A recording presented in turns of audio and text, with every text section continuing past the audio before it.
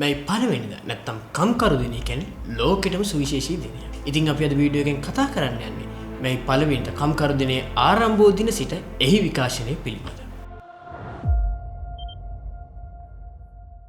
කම්කරු දිනයේ ආරම්භ වෙන්නේ ඇමරිකාවේ චිකාගෝ ප්‍රාන්තයේ 1886 වර්ෂයේ වනකොට කම්කරුවෙක්ට දිනකට පැය 12,000 විතර කාලයක් රැකියාවේ නිරත වෙන්න සිද්ධ වුණා. ඉතින් ඒ ක්‍රමයට විරුද්ධ වෙලා 1886 මේ පළවෙනිදා කම්කරුවන් උද්ඝෝෂණයක් පවත්වනවා. පැය 8ක් නිින්ද, පැය 8ක් විවේකයේ සහ පැය 8ක් රැකියාව කියලා.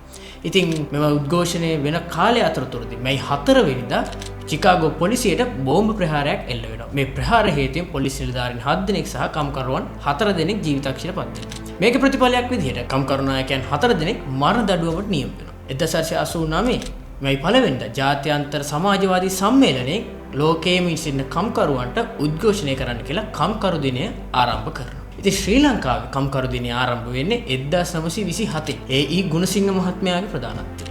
ඉතින් පළමු මැයි රැළිය ගාලු මූද්‍ර පිටියේදී පවත්වනවා. ඉතින් ඒ.ඊ. ගුණසිංහ මහත්මයා තේරුම් ගන්නවා කම්කරුවන් නියෝජනය කරන්න නම් ඔවුන්ට පක්ෂයක් අවශ්‍යයි කියලා. ඉතින් ඒක ප්‍රතිඵලයක් විදිහට 1928 ශ්‍රී ලංකා කම්කරු පක්ෂය ආරම්භ වෙනවා.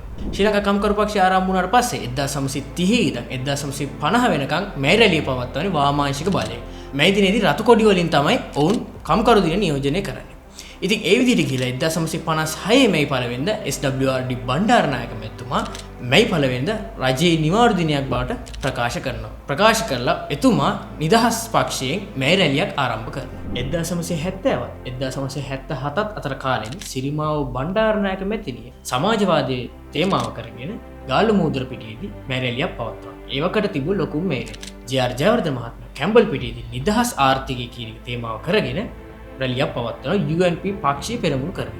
1977න් පස්සේ එවකට තිබූ හැම පක්ෂකින්ම තමන්ට ආවේනික තැන්වල මේ රැලි පැවැත්වීම ආරම්භ කරනවා. 1988 1989 JVP කලබල කාලේ ඔවුන් මේ දිනේ කළු මැලි දිනේ කියලා නම් කරලා මේ දිනේ පවත්වන එක තහනම් කරනවා. 1993 මේ පළවෙනිදා එවකට ජනාධිපති ධූරී සිටි ආර් ප්‍රේමදාස මහත්මයා මේ රැළියකට සහභාගී වෙමින් ඝාතනයට ලක් වුණා. 1994න් පස්සේ එවකට ආණ්ඩුවේ සිටි නිදහස් පක්ෂය තමන්ගේ මේ දිනේ ගාලු මූද්‍ර පිටියේදී පවත්වාගෙන UNP පක්ෂයේ කැම්බල් පිටියේදී පවත්වාගෙන 1994 ප්‍රජාතන්ත්‍රවාදී වුණු ජනතා විමුක්ති පෙරමුණ තමන්ගේ මේ දිනේ පවත්වන්නේ BRC පිටිය. 2005න් පස්සේ නිදහස් පක්ෂයේ මහින්ද චින්තනයේ තේමාව කරගනිමින් ගාලු මූද්‍ර පිටිය සහ කැම්බල් පිටියේ මේ දිනේ පවත්වනවා. UNP පක්ෂයේ සිරිකොත ඉස්සරහා හයිට් පිටියේ තමන්ගේ මේ දිනේ සමරනවා. එතකොට ජනතා විමුක්ති පෙරමුණ තමන්ගේ මේ දිනේ සමරන්නේ BRC පිටියේම තමයි. 2015න් පස්සේ එවකට ජනාධිපති ධූරී සිටි මෛත්‍රීපාල සිරිසේන මහත්මයා නිදහස් පක්ෂය නියෝජනය කරමින් ගාලු මූද්‍ර පිටියේදී මේ දිනේ සමරනවා. එක්සත් ජාතික පක්ෂයේ රනිල් වික්‍රමසිංහ මහත්මයාගේ ප්‍රධානත්වයෙන් කැම්බල් පිටියේ තමන්ගේ මේ දිනේ සමරනවා. මහින්ද රාජපක්ෂ මහත්මයා ගාලු මූද්‍ර පිටියේ සහ නුගේගොඩදී තමන්ගේ මේ දිනේ සමරනවා. ඒ වගේම ජනතා විමුක්ති පෙරමුණ BRC පිටියේ තමන්ගේ මේ දිනේ සමරනවා. 2019 2022 දක්වා මේ රැලි පැවැත්වීමට හැකියාවක් හම්බ වෙන්නේ නැහැ. මොකද COVID-19 වසංගත රෝගය නිසා. 2022 මැයි පළවෙනිදා වන විට අරගලයේ උච්චතම අවස්ථාව. 2022 2024 දක්වා කාලයේදී එක්සත් ජාතික පක්ෂයේ සිරිකොත ඉදිරිපිට තමන්ගේ මේ රැළිය පවත්වනවා.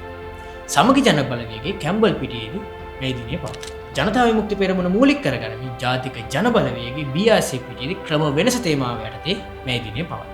2025 ජාතික ජන බලවේගයේ ගාලු මූද්‍ර පිටියේදී පොරු අල්ලනවා කම්කරුවන් දිනේවා තේමා පාටේ විශාල මේ රැළියක් පවත්වනවා. සමගි ජන බලවේගයේ කැම්බල් පිටියේදී තමන්ගේ මේ රැළිය පවත්වනවා. ඉතින් අපි අද මේ සමරන්නේ 2026 කම්කරු දිනය. ශ්‍රී ලංකාවේ කම්කරු දිනය කියන්නේ පක්ෂවල බලය පෙන්වන ප්‍රබල ආයුධයක්. ඉතින් පක්ෂ දේශපාලනයට පමණක් මේ රැළිය සීමා විය යුතුද?